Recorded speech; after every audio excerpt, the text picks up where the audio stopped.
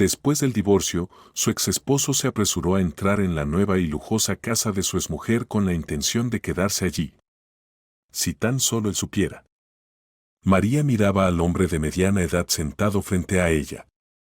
Así que tu sueño se ha hecho realidad, compraste una casa, dijo él, dando vueltas y sonriendo inseguro. Bueno, me alegra mucho por ti. Está muy bien, lo mereces, continuó. La casa es realmente maravillosa, exactamente la que una vez soñamos, recordó María con una ligera sonrisa. Era algo gracioso ver cómo él, sentado frente a ella, pretendía que aún compartían algo, como sueños o recuerdos. Sí, este hombre había sido su esposo no hace mucho, a quien amaba, o al menos así parecía, estaba dispuesta a hacer cualquier cosa por él. Ahora lo miraba y solo le provocaba una sensación de repulsión. Solo pensarlo, unos años atrás, él casi la había cegado por completo, y ella realmente había pasado por alto lo más importante de su vida. Tomás, ¿por qué viniste?, preguntó la pregunta principal. Bueno, dudó él. Acabo de enterarme de que tú, que ahora tienes lo que heredé, compraste una casa, dijo él. Ya entiendo, viniste a ver y, por así decirlo, evaluar tus perspectivas de regresar, ¿verdad? ¿Por qué eres así, María? Él se quitó las gafas y se las limpió nerviosamente. Solo pensé, me parece que nos separamos de manera algo tonta, apresurada, sin pensar en todo lo que implicaba, y ahora tal vez podríamos. ¿Podríamos no? María decidió poner fin a esta conversación ridícula, inútil y completamente innecesaria. Para mí no existe un nosotros, Tomás, y nunca lo hubo, dijo firmemente. Entiendo perfectamente por qué decidiste volver ahora, porque te enteraste de esta casa y probablemente querías entrar, tal vez ser un jardinero aquí, por ejemplo. Pero es demasiado difícil y repulsivo para mí verte, dijo mientras lo echaba. Vete y no vuelvas aquí jamás, agregó mientras lo alejaba y cerraba la puerta con un fuerte golpe. María se sirvió un poco de café, lo miró pensativa y luego dejó la taza sobre la mesa. Después, tomó una botella de vino blanco del refrigerador, la vertió en una copa hermosa y disfrutó de un gran sorbo fresco y ácido. Así debía terminar un día para la dueña de una casa en el campo, pensó, y esta reflexión la hizo sonreír. ¿Cuántas veces había visto en películas y series sobre una vida buena, una mujer con un vestido de lino impecable, un sombrero de paja de ala ancha con cintas, generalmente en blanco y azul, sosteniendo una copa, saliendo al sol, tal vez para relajarse en una silla, ajustándose lentamente las gafas de sol, aunque no quedaba claro por qué eran necesarias, con el sombrero tan grande, mirando la superficie brillante de la piscina y preguntándose si nadaría ahora o lo dejaría para más tarde. María, completamente identificada con su idea de la buena vida, pisó la tierra con los pies descalzos, disfrutando de la superficie ligeramente rugosa debajo de sus pies. Todo lo que veía ante ella aún la asombraba y causaba algunas dudas sobre si era real. Un césped de esmeralda se extendía entre la casa y los grandes maceteros llenos de hortensias de todos los colores. Árboles altos con copas densas, detrás de los cuales se veía el techo de una pérgola y una pequeña muralla de piedra blanca que bordeaba el pequeño embarcadero que bajaba bruscamente hacia el río. El sol, inclinándose hacia el atardecer, bañaba todo a su alrededor con una suave luz dorada, iluminando las aguas de cristal, las piedras, las flores y las copas de los árboles en todos los tonos del arco iris. Era tan hermoso a su alrededor que María no pudo evitar suspirar y sacudir la cabeza, sin creer lo que veía. Todo esto parecía demasiado perfecto para finalmente dejar de dudar de su realidad.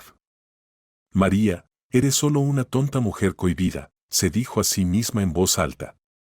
Uno debe acostumbrarse a las cosas buenas, agregó, riendo alegremente mientras miraba a su alrededor. De repente, se dio cuenta de lo que le faltaba. Cada propietario feliz de una casa necesita un compañero igualmente feliz. Pero en serio, lo que más deseaba era que la persona estuviera a su lado ahora, justo esa persona con la que, al parecer, quería compartir todo, tanto la casa como la piscina, el aire bañado por el sol de la tarde, y el mundo entero, y lo más importante, su vida entera, sin importar cuánto tiempo le quedara.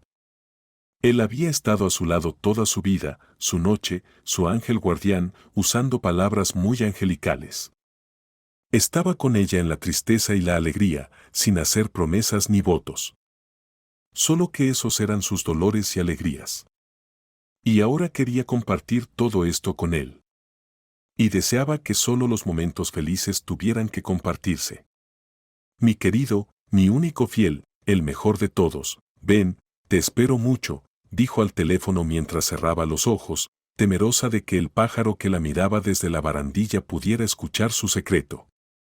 María creció en una familia que difícilmente se podría llamar familia. Después de todo, la familia debería ser sobre la unidad, pero ¿cómo podría haber unidad con 7 miembros cuando ella y su madre casi siempre estaban solas? Aunque, en realidad, María tenía una abuela llamada Ágata, que no solía visitarlas mucho y prefería que su nieta fuera a verla en su lugar. La relación entre su madre y su abuela no era especialmente cálida, pero cuando María era pequeña, no le importaba. La abuela era amable y generosa, como una abuela debería ser. A medida que María crecía, aprendió que tenía algunos parientes mayores más, a quienes su madre, irónicamente, llamaba así. Estos eran los padres del padre de María, con quienes su madre, y por ende María misma, no se comunicaban. A la niña le lamentaba este hecho, con razón, creyendo que cuantos más abuelos tenía, más regalos recibiría para el año nuevo y los cumpleaños. En cuanto a las razones de la falta de comunicación de su madre con estos parientes, aunque distantes, la abuela Ágata se expresaba de forma divertida pero incomprensible. Y, por supuesto, María tenía un padre, o más bien un supuesto padre, como su madre siempre lo llamaba. Probablemente gracias a su madre, María no sentía sentimientos particularmente tiernos hacia él. Sus padres se separaron cuando la niña tenía 2 años. Su historia fue breve, triste y banal. Ida y Antonio estudiaron juntos en la universidad y en algún momento el chico decidió que la chica de ojos grises, famosa en el curso por sus excelentes apuntes, le interesaba más que las otras chicas a su alrededor. A Ida no le disgustaba Antonio, un buen chico, no particularmente talentoso, pero tampoco el peor en los estudios ni en las actividades estudiantiles. La juventud bullendo en su sangre, el deseo por el sexo opuesto y una total falta de voluntad para pensar en lo que vendría después, llevaron a un resultado tan inesperado como inevitable. En resumen, al final de sus estudios, en el 5º año, Ida quedó embarazada. Los jóvenes sorprendidos enfrentaron una verdadera tormenta de desaprobación, primero de los padres de Antonio y luego de la madre de Ida, quien se enfureció con su hija por ser tan imprudente, especialmente porque el padre de Ida ya había fallecido para entonces. Tras largos y tumultuosos debates, la única decisión correcta, desde todos los puntos de vista, fue dar a luz. Antonio se dedicó valientemente a defender su diploma y a buscar un trabajo para mantener a su pequeña familia, que a punto de crecer con un nuevo miembro. Ida, asustada y apocada, estaba literalmente aplastada por los acontecimientos y casi no tenía opinión propia sobre el asunto. Recibió su diploma de manos del decano, quien no pudo evitar mirar su barriga ya redondeada e invisible, y se casó con Antonio Moya. Ni siquiera podía entender cómo todo esto había sucedido en su vida. Era como si la llevara una corriente, algo con lo que claramente no podía lidiar. Sin embargo, el comportamiento decente de Antonio, sus palabras y acciones cariñosas, y lo más importante, los preparativos para la boda, le dieron algo de optimismo. Después de todo, inevitablemente estaba convirtiéndose en una adulta, una mujer casada y financieramente estable, y esta situación lo exigía. Además, todo lo relacionado con las bodas trae invariablemente un aumento de entusiasmo y alegría, cautivándola con el torbellino de preparativos felices, hermosas compras y ansiosas expectativas. Al menos eso pensaba la futura novia. Pero la realidad resultó ser bastante diferente. Todo era más sencillo, más prosaico, más barato y parecía destruir por completo cualquier deseo de esperar algo del futuro. No hubo ni el vestido con la enorme falda y la larga cola con el que había soñado desde los 3 años, ni las palomas blancas que ella y su elegido liberarían al cielo con caras felices, ni las miradas envidiosas de sus amigas, ni una torta tan alta como ella, ni un coche con techo descubierto desde el cual ella, increíblemente hermosa, enviaría besos al aire mientras partía en su luna de miel. En resumen, no hubo nada de lo que había soñado y fantaseado durante años. Su llamada boda se celebró en una pequeña y muy modesta cafetería propiedad de unos amigos de su madre y más bien pareció el cumpleaños de un pariente que un evento que remotamente le recordara una ceremonia de boda tal, como ella la entendía. La novia misma, vestida con un conjunto que merecería como mucho estar en alguna boda de pueblo, especialmente si la mujer no se casaba por primera vez y absolutamente no le importaba lo que llevaba puesto. Por supuesto, Ida no era del todo objetiva. En su modesto pero elegante vestido, se veía maravillosa, y Antonio la miraba con ojos cálidos y cariñosos, claramente orgulloso de su esposa. Los invitados, alegres y sinceros, gritaban con gusto, bebían y comían, y luego correteaban emocionados alrededor de las sillas, pretendiendo ser instrumentos musicales y estallando globos inflables con distintas partes de sus cuerpos. En general, hacían felizmente todo lo que los invitados borrachos suelen hacer en las bodas, bajo la influencia de los anfitriones igualmente ebrios. Con los esfuerzos combinados de sus familiares, principalmente los padres de Antonio, la joven pareja recibió un pequeño pero acogedor apartamento donde la nueva familia, esperando a un nuevo miembro, comenzó a construir su vida. Con el tiempo, Ida dio a luz a una niña llamada María. La maternidad abrumó a la joven madre con una avalancha de pañales, alimentación, baños, noches casi sin dormir y una dieta estricta que, para su molestia, consistía en los alimentos que más odiaba a Ida. Antonio, gozoso por la llegada de su hija, actuaba de manera completamente descarada desde la perspectiva de Ida, desentendiéndose del hogar bajo el pretexto de necesitar ganar dinero, dejándola sola con todos los problemas y, lo más importante, sola con una niña que lloraba sin razón aparente. Mamá, no sé, todo me parece difícil en general, confesó su hija, tartamudeando y sonrojándose tímidamente. ¿Qué esperabas? Es un niño, después de todo, se encogió de hombros la mujer. Es difícil incluso para una mujer madura e independiente.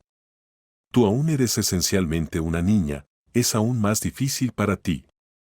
Pero está bien, todo pasará y solo quedará lo bueno.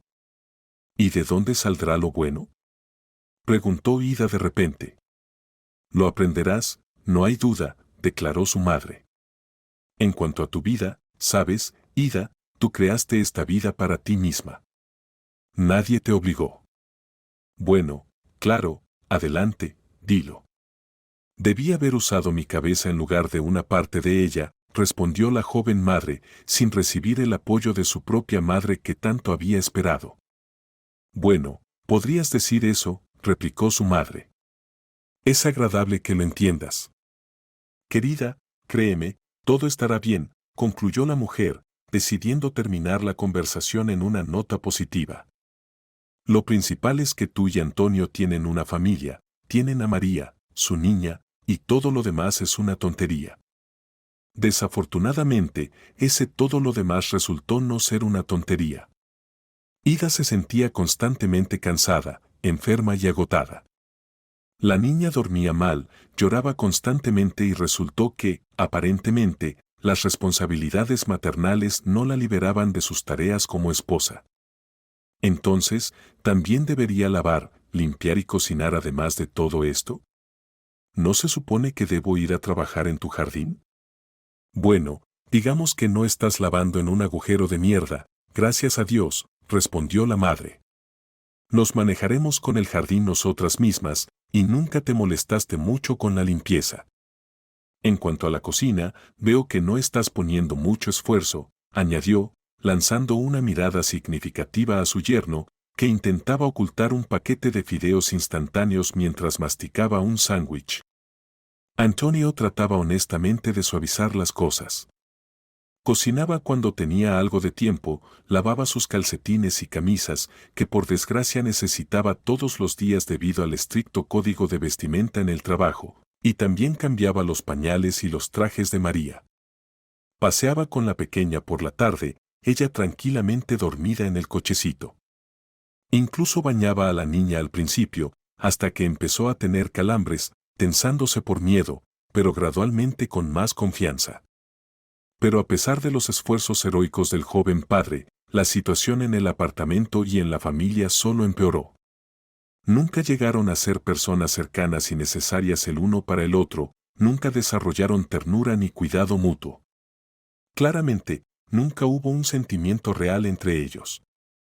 Por casualidad terminaron juntos, primero en el banco de la escuela, luego en fiestas y después en un apartamento juntos. En realidad, nunca fueron ese milagro en el que el nacimiento de un niño acerca a las personas, dándoles esa verdadera unidad del alma que podrían haber estado perdiendo antes. No ocurrió con Ida y Antonio, lamentablemente. Su relación se volvió cada vez más tensa, con discusiones más frecuentes, más fuertes y más inútiles. Finalmente, cuando María cumplió 2 años, tomaron tal vez la única decisión verdaderamente conjunta en toda su vida familiar: divorciarse. Antonio dejó a Ida con su hija, recogió sus pocas pertenencias y se fue. «Déjalo ir, viviremos sin él, no es un gran problema», gritó su madre. «Tú también tienes la culpa de todo esto», añadió Ágata, sorprendida. «Yo. Si fueras una madre normal, me habrías hecho deshacerme del embarazo». «Oh, Dios, al menos elige tus palabras frente a tu hija», dijo la mujer, bajando la voz y sacudiendo la cabeza. A Ada no le gustaba el papel de esposa traicionada y madre solitaria. Entusiasmada, contaba a quien la escuchara sobre la naturaleza engañosa y traidora de los hombres en general y de uno en particular. Compartía las insoportables dificultades de criar a un niño sola y, por alguna razón, encontraba placer en todo esto. Compartía abiertamente sus pensamientos con su hija, sin dudar en sus expresiones. La niña no entendía la mayor parte de lo que se decía, pero aprendió firmemente una cosa: su padre era una mala persona, y aunque hiciera algo bueno, no lo hacía de corazón, sino porque sabía que era culpable.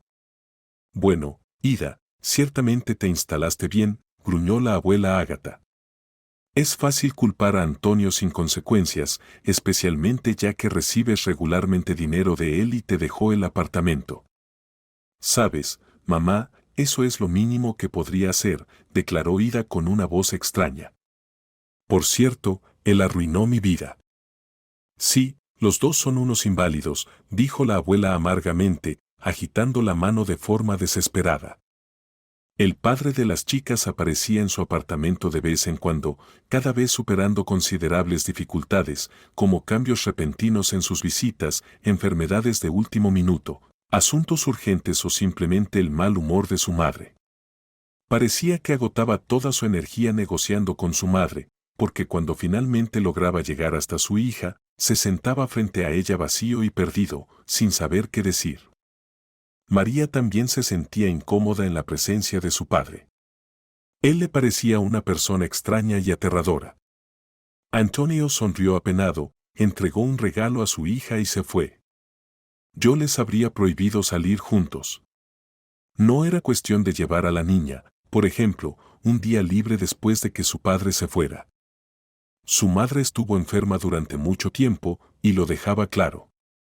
Se ataba la cabeza con una toalla mojada y se tumbaba en el sofá haciendo ruidos fuertes, sin elegir mucho sus palabras, expresándose en el espíritu de «todos los hombres son unos bastardos».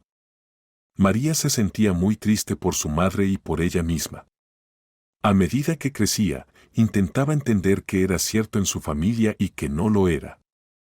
«Tu padre es un buen hombre, es amable y honesto, aunque débil», le dijo su abuela Ágata. «Es solo que, si durante muchos años te dicen que eres equivocada, tarde o temprano empiezas a creerlo tú misma». Así, Antonio llegó a creer que era un mal padre.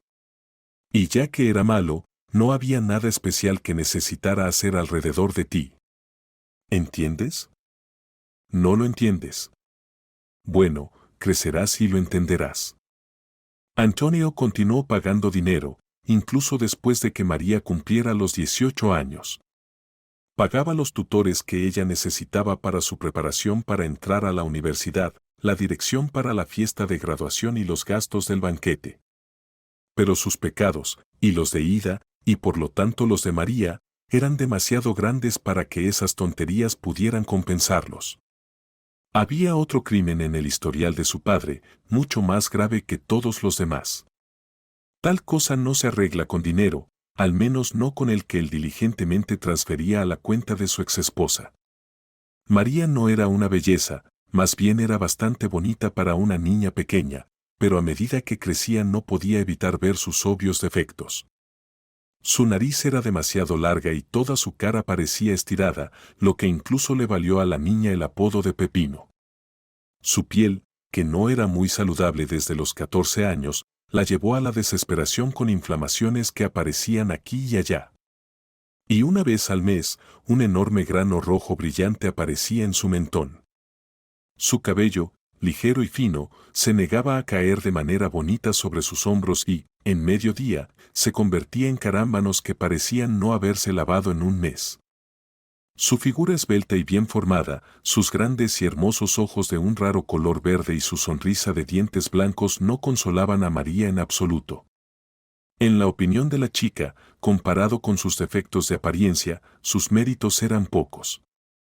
Agradece a tu llamado padre, dijo simplemente en respuesta a las quejas de su hija.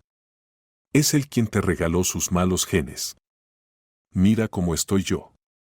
Mira mi piel perfecta, siempre ha sido así, y mi cabello está bien, todo lo que tienes es de él, de tu querido papá.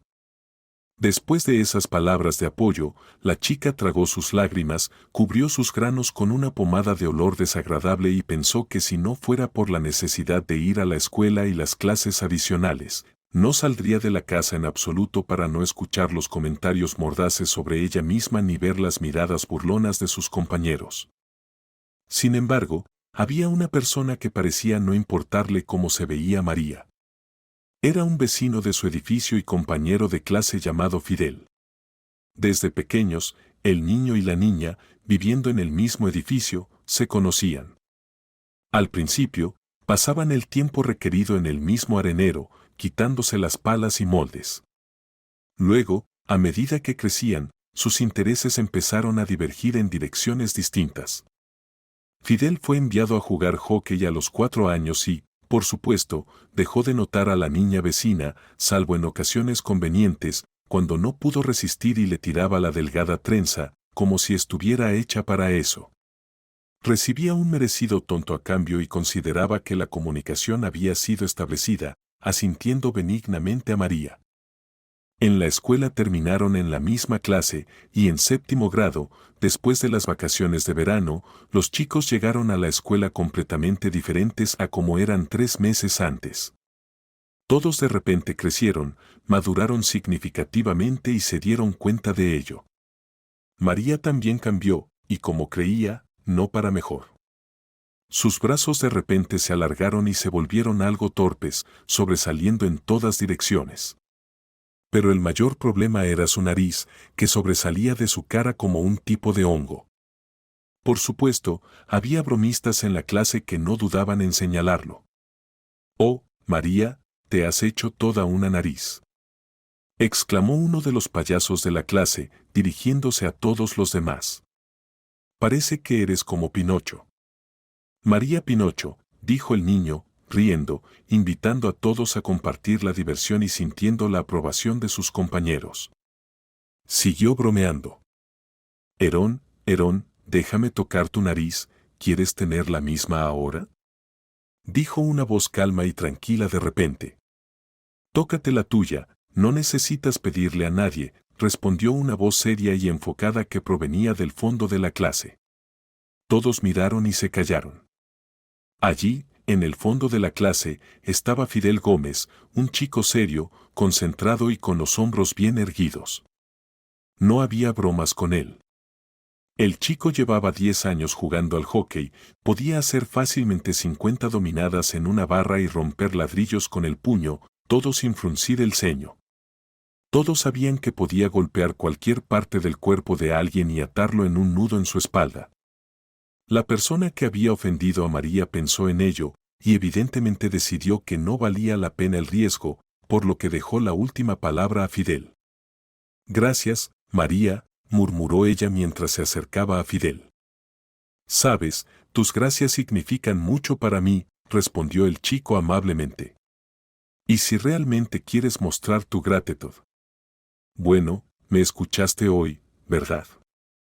El profesor de historia me dio un informe para hacer sobre algunos príncipes medievales. No tengo tiempo para tratar con tonterías, tengo una sesión de entrenamiento importante hoy, ya sabes. Él miró expectante a la chica y levantó las cejas, casi formando un signo de interrogación en su rostro.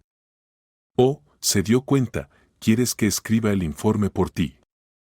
Suspiró con alivio y asintió, claramente complacido con su rápida comprensión. Así comenzó una colaboración productiva y duradera. En la escuela, se explicó claramente a todos los involucrados que María Moyo estaba bajo la supervisión personal de Fidel Gómez y las tareas de la joven mejoraron significativamente desde ese momento. Fidel y María crecieron, maduraron y, de alguna manera, se convirtieron gradualmente en buenos amigos, a menudo indispensables el uno para el otro. María ayudó a Fidel con sus estudios y, como él mismo admitió, lo salvó de ser expulsado del equipo y de la ira de sus padres más de una vez.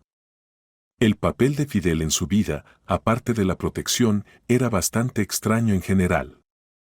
Se convirtió en una fuente involuntaria de información sobre las relaciones entre las personas. Resultó que, contrariamente a la opinión de la madre de María, hay muchos hombres buenos y decentes, por ejemplo, Fidel mismo, fuerte, amable, a veces astuto, irónico pero confiable y fiel. Y sus conversaciones a veces tomaban direcciones que la chica reflexionaba profundamente. ¿Por qué eres tan tímida?, le preguntó una vez, después de otra de sus quejas sobre su apariencia. Vamos, granitos. Todos los tienen. Mira, ve qué grano tan feo tengo aquí. Más grande que el tuyo. ¿Y qué? Ahora lo tienes, ¿lo quieres para mañana? Eres una chica bonita, solo estúpida, insegura y encorvada. Córtate el cabello, endereza la espalda, no te preocupes por nada y luce más feliz. Una nariz como la tuya debe llevarse con orgullo, como una bandera. ¿Qué dices? María estaba asombrada. ¿Qué bandera? Recuerda, tienes unos ojos y una sonrisa geniales, y lo que está entre ellos no es tan importante. Escucha, no entiendo. Fidel preguntó la siguiente vez, sin mucha preocupación, ¿dónde está tu papá? ¿Papá? La chica se sorprendió. Quiero decir, ¿padre? No me gusta esa palabra, dijo el chico con confianza, es algo grosera, fría.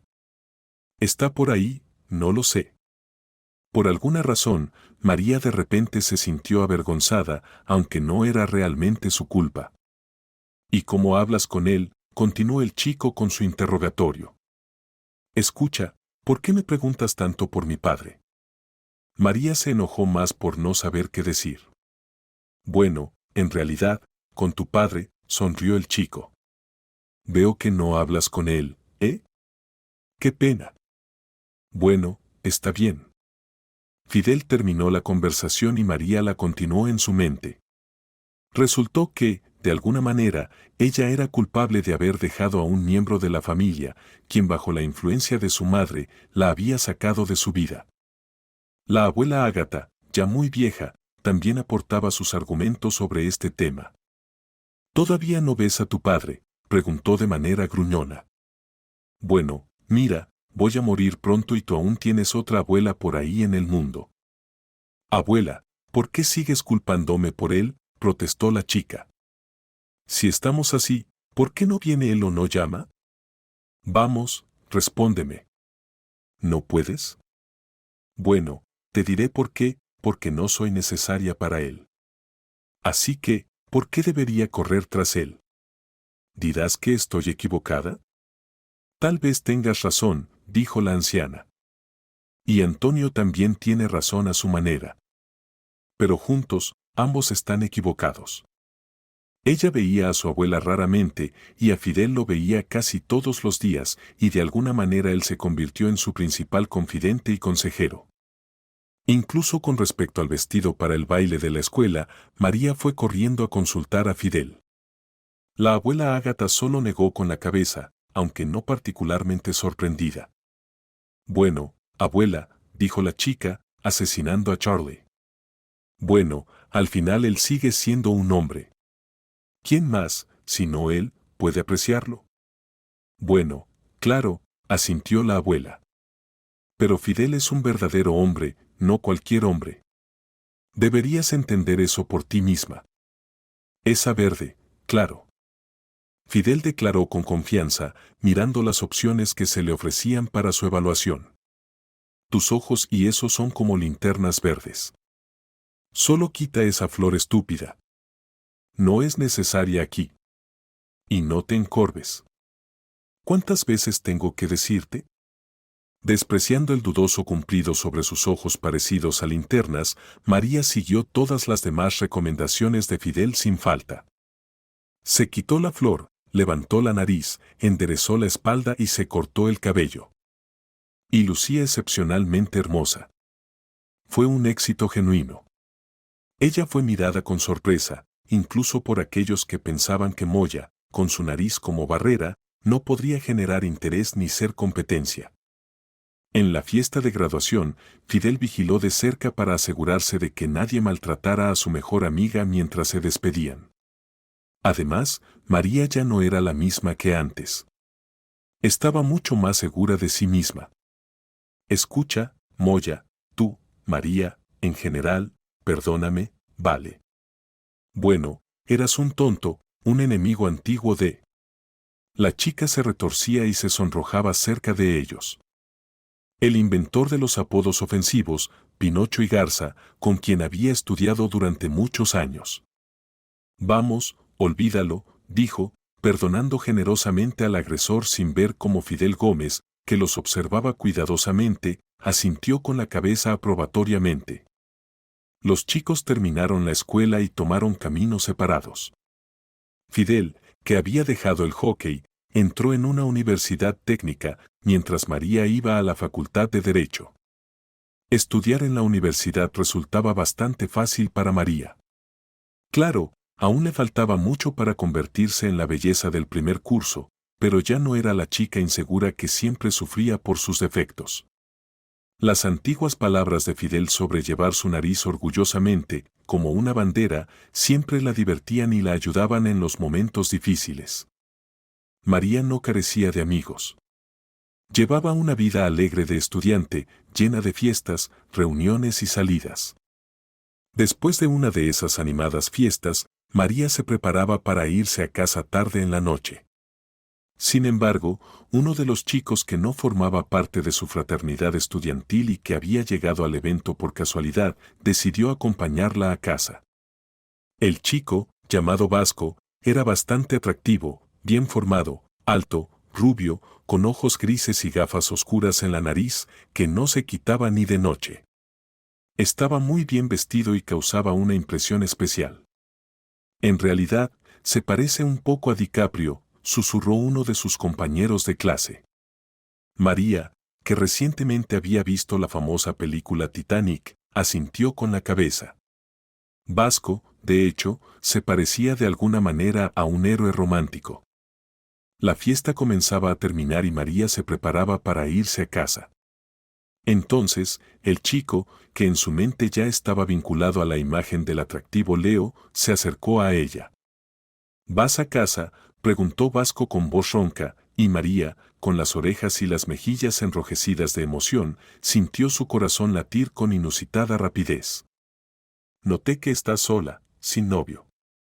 Es raro ver a una chica tan bonita sin alguien que te acompañe a casa, dijo Vasco, sonriendo. María pensó que sería maravilloso caminar junto a este chico guapo. Tal vez él le ofrecería su mano, o quizás tomaría su palma en la suya. Mientras pensaba en eso, se sintió cautivada por su mirada gris. De repente, Vasco rompió la atmósfera romántica diciendo: «Mi amigo con un coche está aquí, nos dará un ride para que llegues rápido a casa. ¿Vamos?». María suspiró con decepción. Así que no habría un paseo romántico bajo la luz de la luna. Estuvo a punto de rechazar la oferta, pero tras mirar a Vasco, quien sonreía y extendía la mano, ella asintió. Se subieron al asiento trasero de un coche oscuro. Vasco intercambió miradas con su amigo que conducía y el coche recorrió las calles nocturnas hasta llegar a la casa donde vivía María. El coche se detuvo y aparcó junto a la acera. «Gracias mucho, Vasco, por acompañarme y darme un ride», dijo María.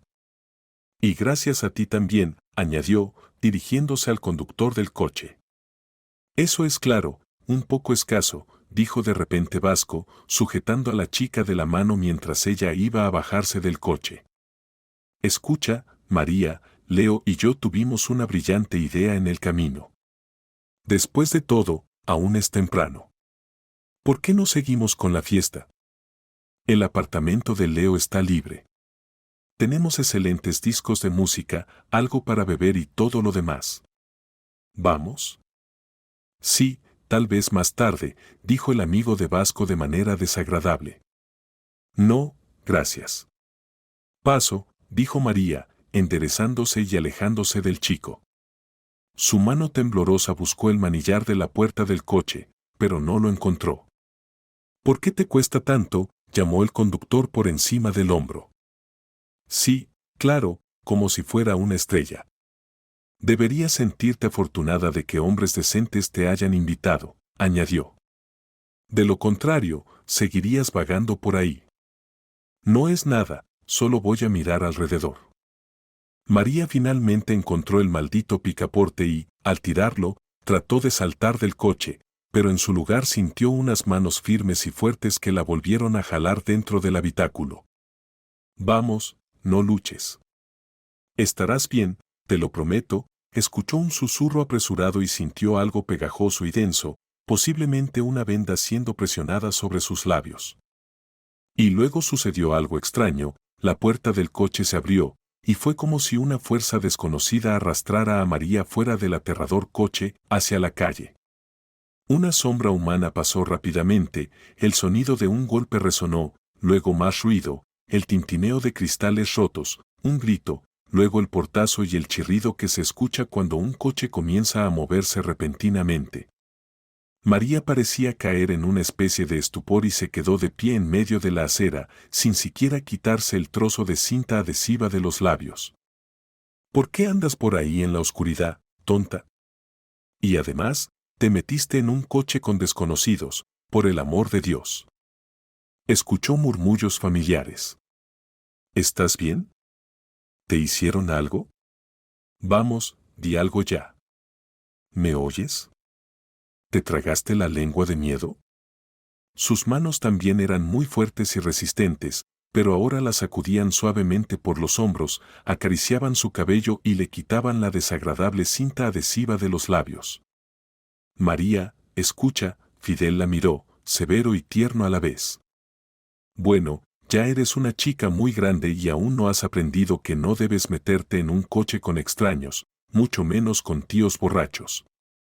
¿Qué habría pasado si no hubiera coincidido con tu madre justo ahora o si no hubiera notado a alguien arrastrándote y metiéndote en el coche?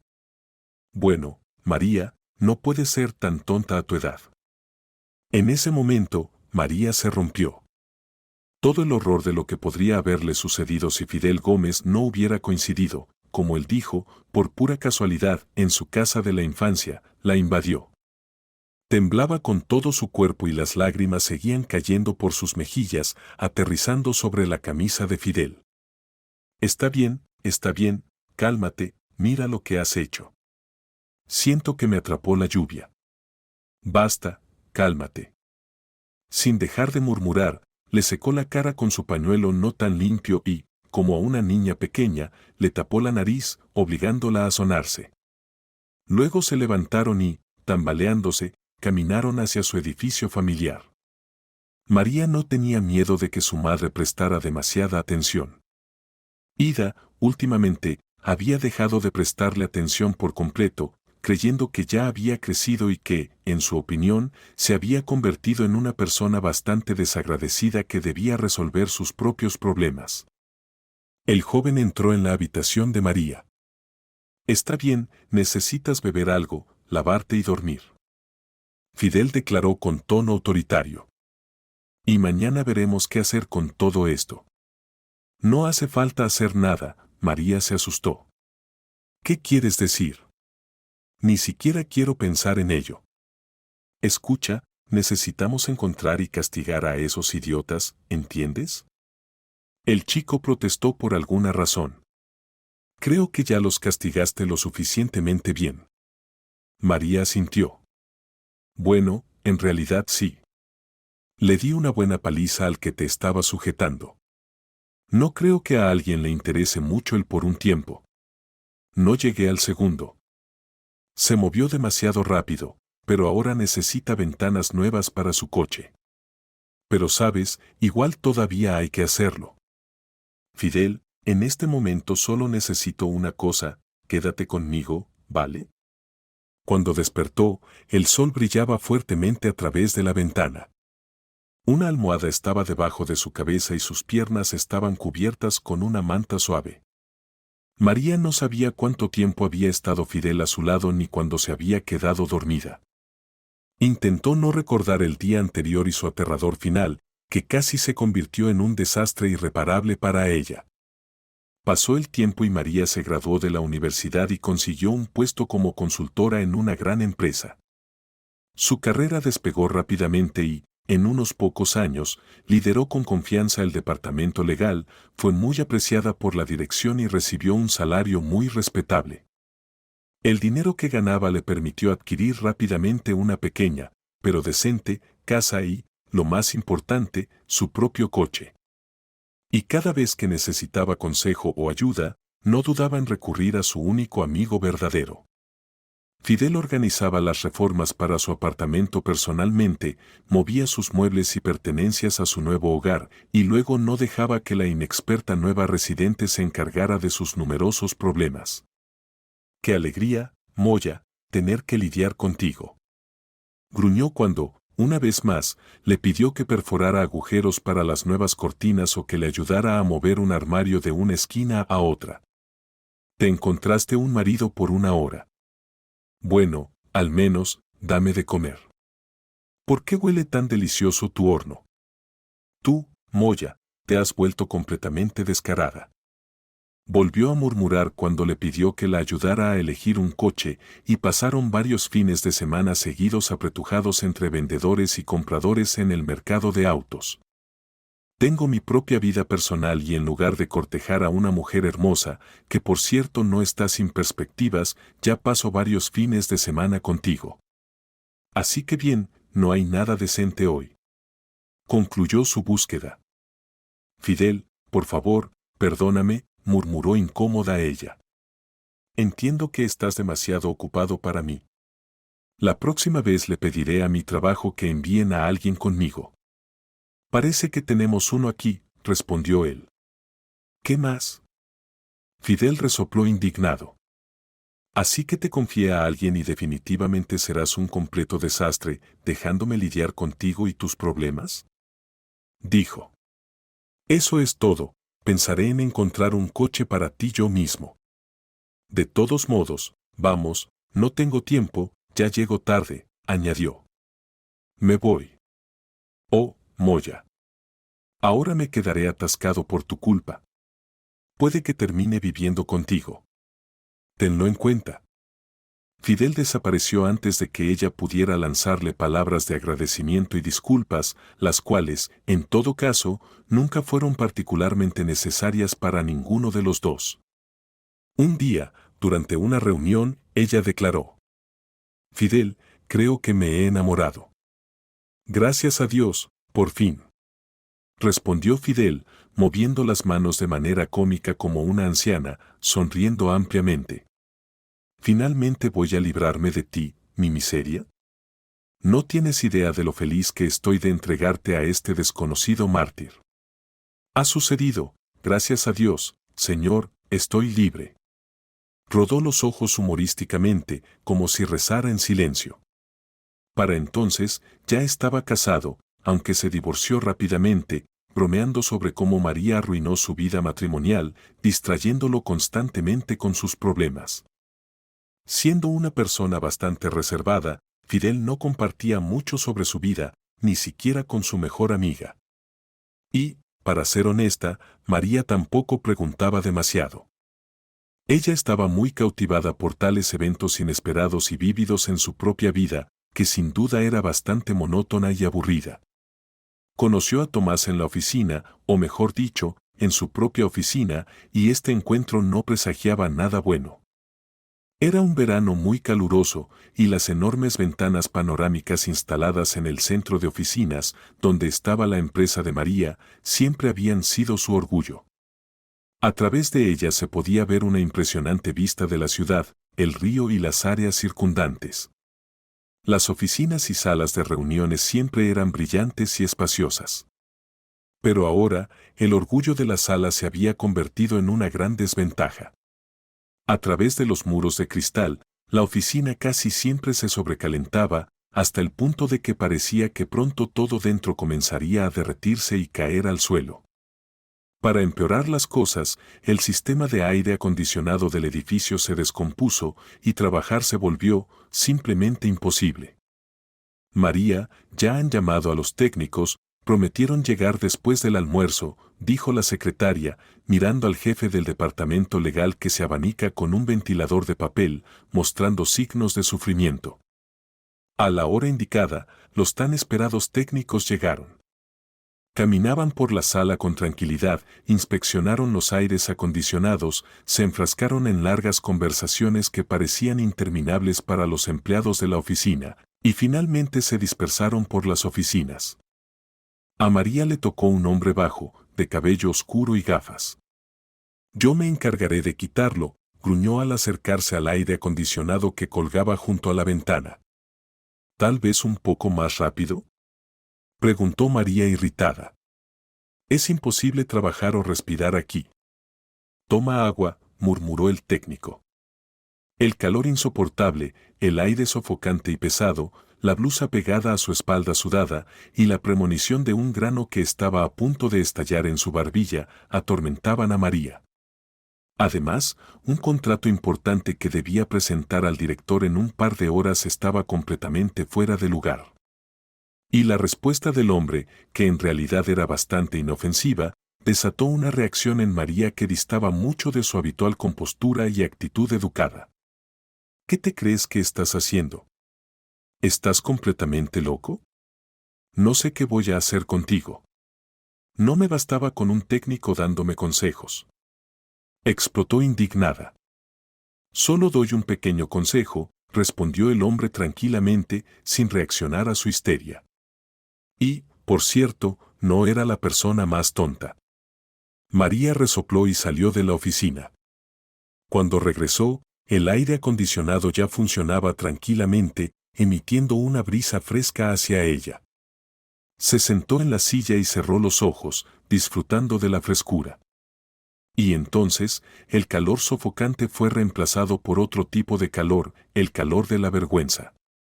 ¡Qué horror! Había gritado a una persona inocente que solo estaba haciendo su trabajo. ¡Qué vergüenza!, pensó, esperando que nadie lo hubiera oído. Al menos no lo volvería a ver. Pero lo vio al día siguiente. Para su gran asombro, María lo encontró en el estacionamiento junto a su coche, esperando pacientemente al final de la jornada. Sin embargo, María no lo reconoció de inmediato. En su oficina llevaba un overol de trabajo y una gorra en la cabeza, además, no tenía tiempo ni ganas de observarlo detenidamente en ese momento. Lo único que recordó era que el técnico claramente no se había afeitado. Lo que solo aumentó su irritación en ese momento. Ahora, en el estacionamiento, parecía una persona completamente diferente.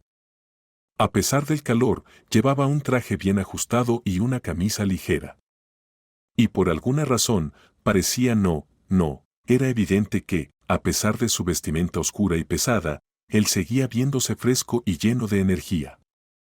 Su rostro afeitado y su cabello oscuro y cuidadosamente peinado, junto con sus gafas de montura delgada, completaban su apariencia. Pero lo más llamativo era que sostenía un ramo lujoso de rosas burdeos oscuras en sus manos. A lo largo de su vida adulta, María había recibido flores más de una vez. Amigos, colegas y superiores le habían regalado ramos en diversas ocasiones y festividades. Fidel, con esmero, le llevaba un ramo de sus crisantemos coloridos favoritos cada año en su cumpleaños. Un par de veces había recibido cestas de flores enormes y caras para celebrar los éxitos de la empresa. Pero todas esas flores eran algo completamente diferente. Les faltaba el elemento más importante, un hombre serio e interesado que acompañara el ramo. Pero ahora, su mirada era muy seria y muy interesada. Su voz sonaba completamente diferente también, sólida, tranquila y muy agradable. María. Disculpa que me acerque a ti de esta manera en la calle, pero pensé que no tendría otra oportunidad para conocerte. Decidí tomar el camino más sencillo. Estos son flores para ti. Y mi nombre es Tomás. Oh, gracias, tan inesperado y extraño, logró decir ella. Me comporté tan mal ayer, es simplemente vergonzoso pensarlo. Bueno, entiendo que ayer, en la oficina, no eras tú misma. Él sonrió cálidamente de repente, como una mujer agotada por el calor y las preocupaciones. Me gustaría mucho invitarte a un lugar maravilloso cerca. Por cierto, agregó con una expresión seria, el aire acondicionado allí está en perfecto estado, lo he comprobado. La relación se desarrolló increíblemente rápido, pero sorprendentemente se mantuvo calmada. Tomás cortejaba a María de manera constante, la llamaba todos los días, la recogía del trabajo, le traía flores, la llevaba a restaurantes, decía las palabras correctas y hermosas, y la besaba en la mano al despedirse. Pero no se parecía en nada al hombre apasionado que María había imaginado. Por supuesto, su experiencia con relaciones románticas era escasa, prácticamente inexistente. Sin embargo, la reserva y seriedad de Tomás en su relación a veces la desconcertaba.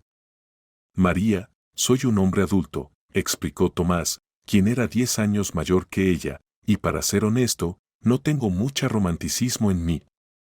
Te amo, créeme. Y quiero que te cases conmigo. Tal vez debería decir todo esto de manera diferente, con otro rostro y otro tono, pero perdóname, lo hago lo mejor que puedo. Bueno, no soy un romántico. Fidel, ¿qué debo hacer? Se apresuró a preguntar a su viejo consejero y confidente. Oh, vamos, Moya, Fidel sonrió irónicamente. ¿Cómo voy a saber qué debes hacer? ¿Lo amas? Lo amo, María asintió con confianza. Claro que lo amo, ¿qué más hay que decir? Por primera vez en mi vida, finalmente conocí a un hombre de verdad. Fidel se mostró extrañamente inquieto y miró a su amiga atentamente. Si estás segura de que lo amas, dijo Fidel, entonces cásate con él, eso es todo lo que necesitas saber. Fidel murmuró y agregó una frase que, preocupada por sus propios problemas y sentimientos, María no escuchó. Y tal vez me sentiré mejor y más tranquilo. María le dio su consentimiento a Tomás y se fijó el día de la boda. ¿Invitaste a tu padre a la boda? Preguntó Fidel de repente, en medio de los preparativos para la boda. ¿Por qué razón? María se sorprendió. Lo vi por última vez hace unos 5 años, probablemente. No, 6 años. Bueno, digamos que eso te caracteriza como una mujer no muy lista. Fidel soltó una risa. Escucha, Moya, ten algo de conciencia. Tienes un evento tan importante por delante. Si este tipo, Tomás, resulta ser lo suficientemente paciente y puede soportarte, tal vez será el único evento como ese en tu vida. Y quieres estropear tu boda no invitando a tu propio padre. Fidel se encogió de hombros. Todavía tienes rencor contra él, incluso después de todos estos años, así que tú, María, eres más tonta, más insegura y más desagradecida de lo que pensaba. ¡Qué lástima! Francamente, María se sintió ofendida por Fidel en ese momento. ¿Qué estaba diciendo? ¿Por qué debía invitar a su celebración a alguien completamente extraño para ella? A una persona que apenas conocía. Y seguramente tendría que enfrentarse a la cara ofendida de su madre. Pero eso sí es un problema enorme, además de amenazar con un posible escándalo. Sin embargo, ella nunca convertiría el día más importante de su vida en un caos por nada del mundo. A pesar de ello, las palabras de Fidel se clavaron en su cabeza como un clavo. Unos días antes de la boda, regañándose a sí misma por ser una idiota débil, marcó un número que nunca había llamado antes. Curiosamente, parecía como si él estuviera esperando su llamada, aunque eso, por supuesto, era completamente imposible. Parecía que la señal de la primera llamada aún no había terminado, y una voz masculina, casi olvidada, sonó a través del receptor. Sí, hola. Hola, María, ¿eres tú? Y en su voz, de repente, sonaba una esperanza tan grande y al mismo tiempo un miedo a equivocarse que la hizo sentirse incómoda. Sí, soy yo, hola. Todavía no podía decir la simple y ligera palabra muerto. No quería pronunciar la palabra seca y fría que su padre había usado alguna vez. Como mencionó Fidel, me alegra tanto que hayas llamado, dijo Antonio. He querido verte tanto tiempo, o al menos escuchar tu voz. No lo creerás, pero hoy pensé en ti. En realidad, pienso en ti todos los días, y de repente, llamas. En el receptor se notaba que Antonio estaba apresurado, como si temiera que ella colgara la llamada en cualquier momento y no tuviera tiempo para decirle todo lo que quería. Sí, sí, claro, escucha, quería decirte algo, mira, me voy a casar. Ella interrumpió, maldiciendo las ideas tontas de Fidel y su propia absurda conformidad. Me pregunto cómo lo manejaré si este llamado, pariente cercano, ahora exige una invitación a la celebración. ¿Te vas a casar? Oh, qué maravilloso. Me alegra mucho por ti, muy feliz. Estoy segura de que serás feliz. Su voz de alguna manera se rompió sospechosamente, pero después de unos segundos, su voz volvió a sonar normal. María, querida, estoy tan agradecido de que simplemente hayas llamado y me hayas contado esto. Y por supuesto, estaré muy feliz de felicitarte. Ella pensó triste en la expresión de su madre cuando él apareciera en la celebración. Pero cariño, claro que entiendo que mi presencia en tu boda sería inapropiada, tal vez, y te haría sentir incómoda. Lo entiendo perfectamente. María, interrumpió ella, involuntariamente asombrada. No, claro, no debería aparecer en la boda, pero aún así me gustaría, si es posible, felicitarte de alguna manera, verte a ti, la novia, en tu vestido de boda. Él guardó silencio, pero era un silencio peculiar, como si estuviera intentando con todas sus fuerzas contener palabras y emociones que estallaban en él. Bueno, está bien, lo pensaré y te llamaré. Y nos encontraremos en algún lugar. Dijo ella y, de repente, sintió como si algo le apretara la garganta por alguna razón y sus ojos picaban. Se encontró con su padre el día de su boda en un lugar acordado antes de llegar al restaurante. Esperaba esa reunión con temor, porque no sabía cómo se vería ahora él, cómo se comportaría y qué impresión causaría todo esto en Tomás. ¿Qué pasaría si, justo en ese momento, él saliera del coche y un hombre tembloroso y sin hogar corriera hacia sus brazos, sugiriendo celebrar el evento allí mismo, compartiendo una botella? Qué sorpresa sería el encuentro con el padre de la novia, pensó. María, apoyada en el brazo de su recién casado esposo, salió del coche y alisó los pliegues de su voluminoso vestido. Hola, querida, dijo una voz suave y apagada. Ella miró asombrada al hombre que se acercaba, sosteniendo un impresionante ramo de delicadas rosas color crema en sus manos. Estaba preparada para cualquier cosa. Tal vez su padre hubiera envejecido mucho en los años pasados, o tal vez imaginaba lo peor. Pero el hombre que, vacilante, se encontraba a unos pasos de ella, no tenía nada que ver con esos temores. Delgado y en forma, con una cara juvenil y delicadamente encanecida, parecía elegante y bien vestido. La miraba tímidamente, confundido y admirado. «Querida María», dijo, «te felicito a ti y a ambos, y te agradezco». Le entregó las flores y un grueso sobre. Ella se acercó y sintió un suave beso cálido en su mejilla. Obviamente, solo el miedo a arruinar su complejo maquillaje festivo ayudó a María a contener las lágrimas. Convertida en señora casada, María estuvo inicialmente completamente feliz. Su vida era correcta, hermosa y sofisticada, como debería ser la vida familiar de dos personas educadas y cultas. Viajaron por Europa, redecoraron el apartamento de María, cambiaron el coche, y ella de repente se dio cuenta de que ya no tenía nada más que ver con Tomás ni de qué hablar. Aparentemente, él estaba absolutamente satisfecho con todo. «No entiendo muy bien qué te falta», dijo él.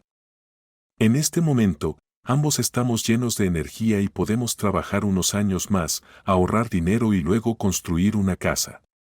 Así podremos pensar en tener hijos». Una casa.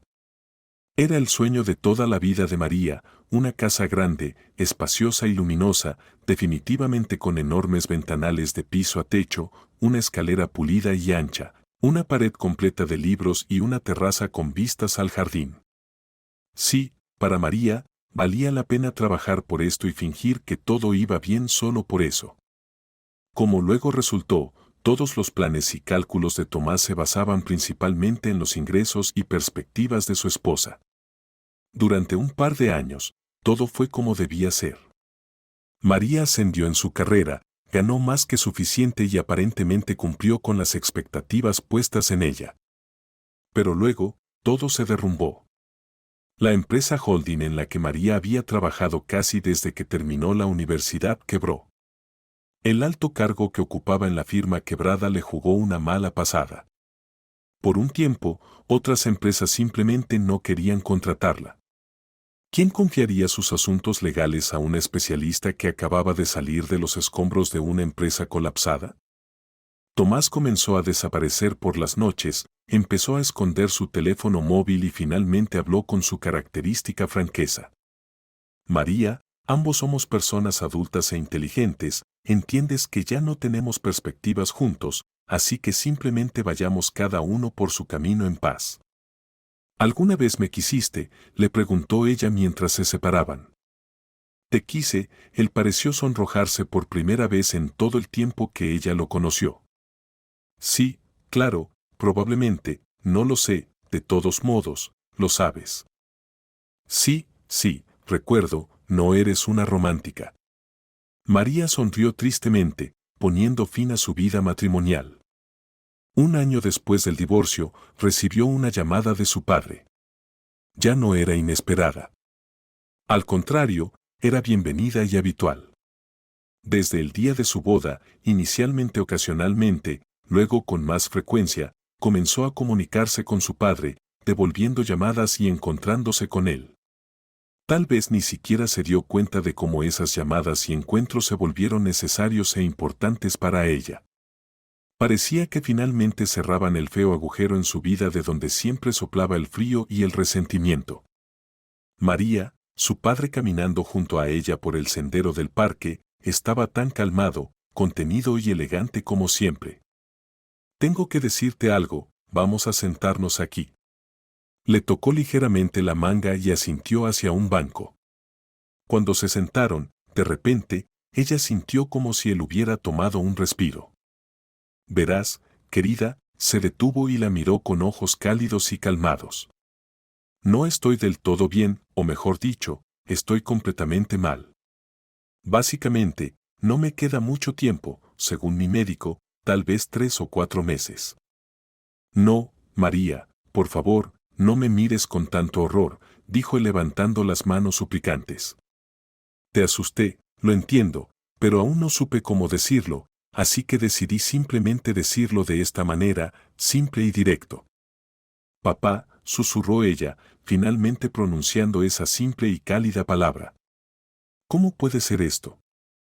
Ahora no tengo ni miedo de irme, sonrió Antonio. Murió 4 meses después, como lo prometió el médico, pacíficamente y con calma, sonriendo y sosteniendo la mano de su hija. Luego se supo que los años desde que Ida cerró la puerta detrás de él no fueron en vano. Antonio resultó ser un hombre bastante rico y, al no tener a nadie más en el mundo además de María, por supuesto, dejó todo a su hija. Después de enterrar a su padre, ella se sentó en la mesa en estado de shock y miró con temor al hombre que caminaba frente a ella. «Eres tan molesta, Moya», dijo Fidel Gómez, enojado. «Toda tu vida no he tenido paz contigo, ahora has heredado algo de dinero, así que sé feliz, ¿por qué te alteras tanto? ¿Qué quieres de mí?» «Bueno, Fidel, no sé qué hacer, cómo vivir, y este dinero, ¿sabes? Probablemente no merezco este dinero», murmuró ella. «Bueno, dona a la Fundación de Protección del Tigre Amur, o dáselo a los pobres, o construye un monumento para tu padre con piedra cara. Solo aléjate de mí, me has drenado el alma». De repente, Fidel golpeó su rostro con las palmas de las manos, se desplomó en la silla y guardó silencio. «Fidel, ¿qué pasa?» María se asustó. Y de repente, su corazón comenzó a latir con rapidez. La realización de que no tenía a nadie más cercano y querido para ella que el hombre peludo de hombros anchos y manos grandes frente a ella la abrumó, pero con un peso increíblemente alegre y deseable. Fidel se sentó frente a él y tocó ligeramente sus sienes, tocando su rostro dolorosamente familiar. Y se vio sorprendida por un sentimiento que literalmente la atravesó de arriba a abajo. Él agarró sus manos y las presionó contra sus ojos. «Tú, Moya, eres tonta, insegura, aún algo encorvada, mujer. Pero ahora eres rica, y seguramente, por tu propia estupidez, comprarás una casa con ventanales ridículos que nadie sabe quién debería limpiar, con un jardín que habrá que cortar de mañana a noche. Pero ¿qué se puede hacer? Nunca usaste la cabeza». Ella intentó apartar sus manos de su rostro y mirar a los ojos de Fidel. Él era un antiguo atleta y hacer algo en contra de su voluntad no era tan fácil. Parecía que no planeaba soltar sus manos. «Y si alguna vez usaste tu cerebro, aunque fuera de vez en cuando, habrías entendido que te amo, siempre te he amado, y estoy dispuesto a cortar todo este maldito césped por ti, incluso hasta el final de mi vida».